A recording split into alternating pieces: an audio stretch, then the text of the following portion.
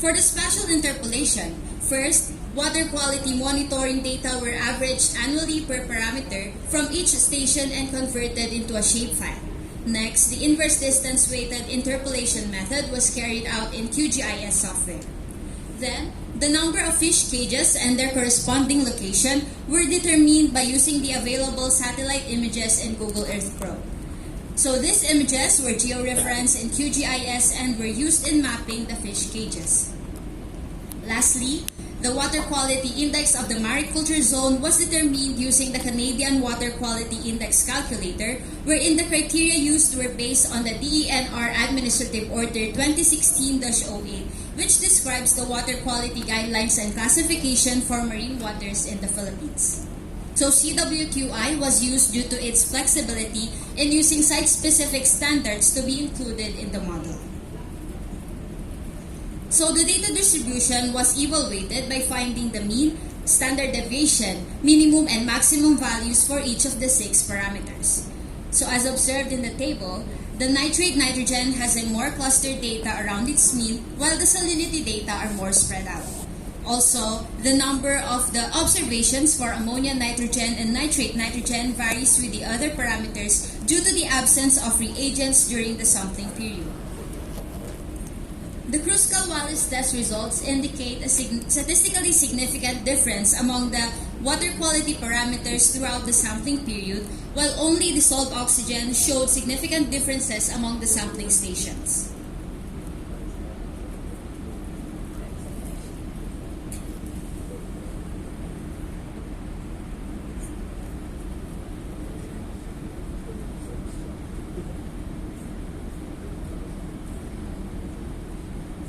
So the Mann-Kendall's trend test show that there is a significantly increasing trend for ammonia nitrogen and a decreasing trend for nitrate nitrogen. From the correlation matrix, 3 relationships can be inferred with statistically significant correlation. First is the aquaculture production that has a moderate positive correlation between ammonia nitrogen and nitrate nitrogen. And next is the temperature that has a moderate negative correlation with dissolved oxygen. Thus, there is an inverse relationship between the 2 parameters, and it can be attributed to the solubility of DO that is higher in cool water than in warm. The bar graphs on the left show the number of fish cages and production in Sual mariculture zone with available data from 2016 to 2021. So most of the fish cages used in the mariculture zone are the high-density polyethylene circular cages, and some are square and circular steel cages.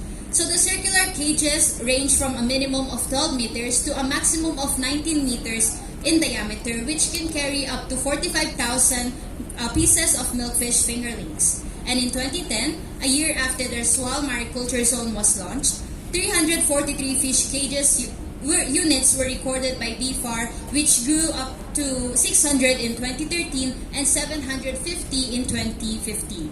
So based on the satellite images in the years 2016, 2019, and 2021, the cages increased in number by 884, 955, and 1,003 respectively.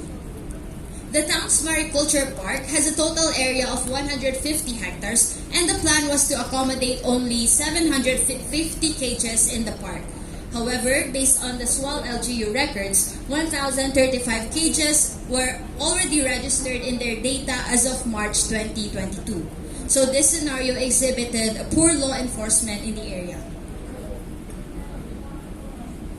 The average DO concentration over the sampling stations per year varied from 3.14 to 5.5 milligrams per liter. So the lower end of this range is outside the optimal DO levels for the suitable growth of milkfish in the cage, ranging from 4 to 8 milligrams per liter according to CIFTEC. It should be noted that the monitoring schedule that is around 8 to 10 a.m. according to BFAR could have influenced the low DO levels because its concentration are known to be at a minimum during the early morning. The area with the highest DO concentration was found in Station S1, which could be due to the absence of fish cages in that area. Also, The station with the least concentration throughout the sampling period was found at S2 in 2017, wherein during this year, milkfish mortalities were reported due to overstocking, resulting in the thinning of DO in water.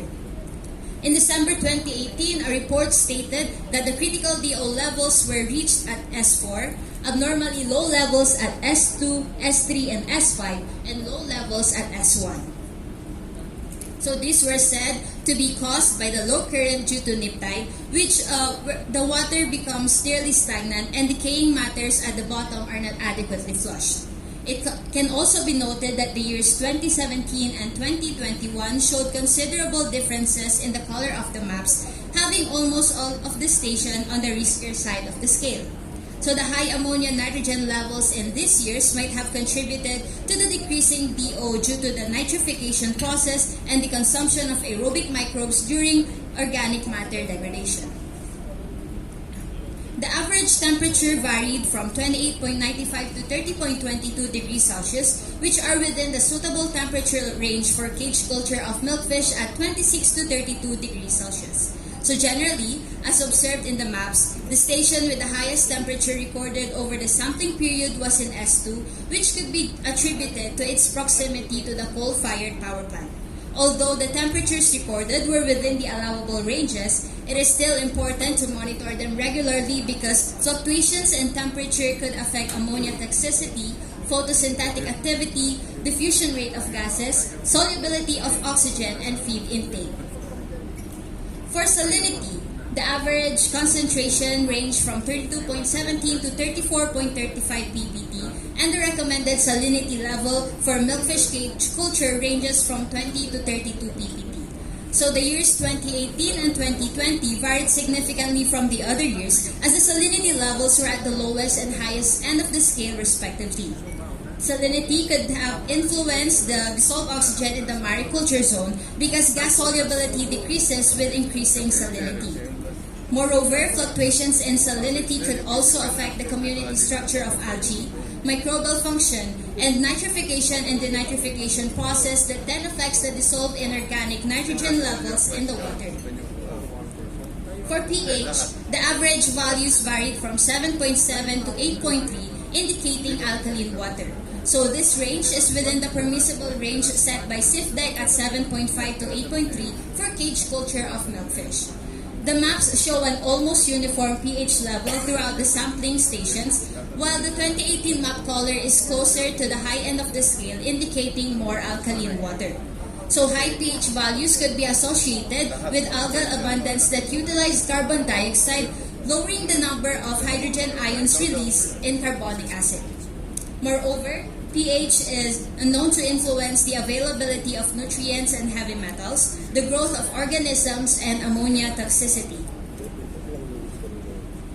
The average ammonia nitrogen ranged between 0.054 to 0.737 milligrams per liter, which is outside the suitable limit for cage culture of milkfish at less than 0.02 milligrams per liter.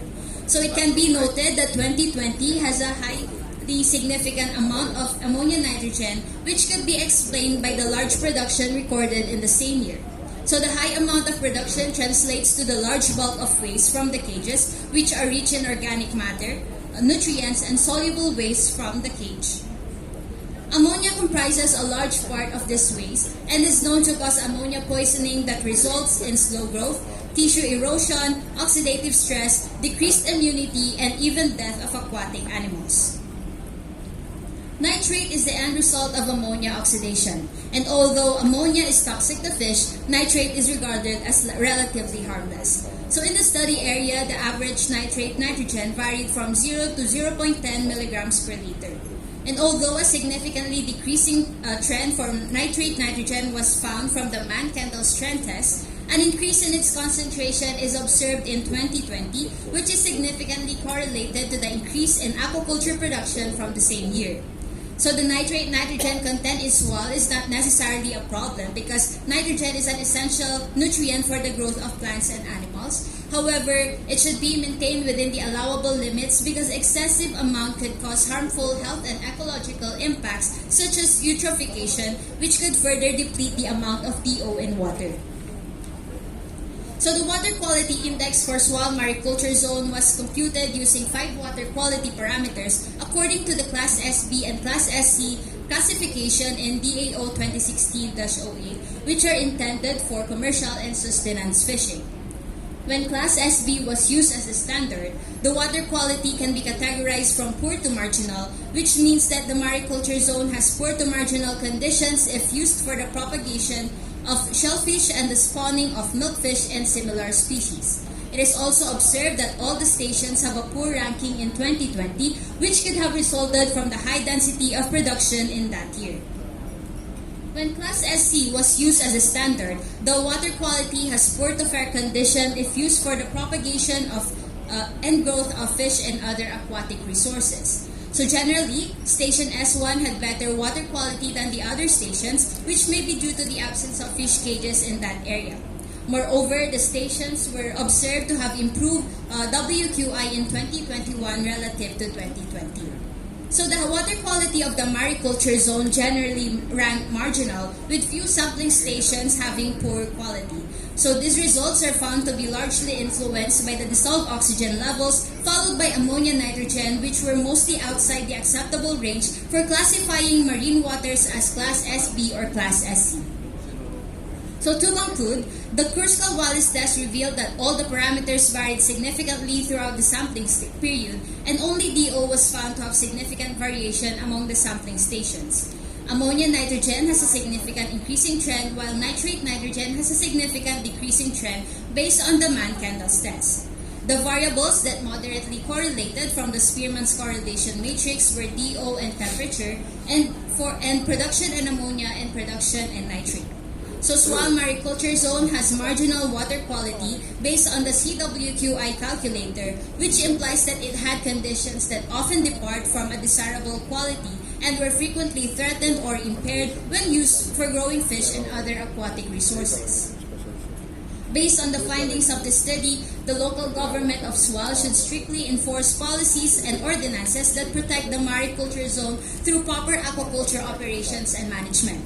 Such good practices include the regulation of feeding to avoid excessive waste from unused feeds. The operators should also regularly monitor the water quality to have an immediate assessment on the state of water in their respective cages. For future research, it is recommended to include the other water quality parameters identified by DENR, such as biochemical oxygen demand, phosphate, and total suspended solids. Factors such as depth and current speed could also be considered to determine their effect on the water quality parameters in the mariculture zone. Lastly, the addition of sampling stations is recommended when performing interpolation techniques. So that would be all, and thank you.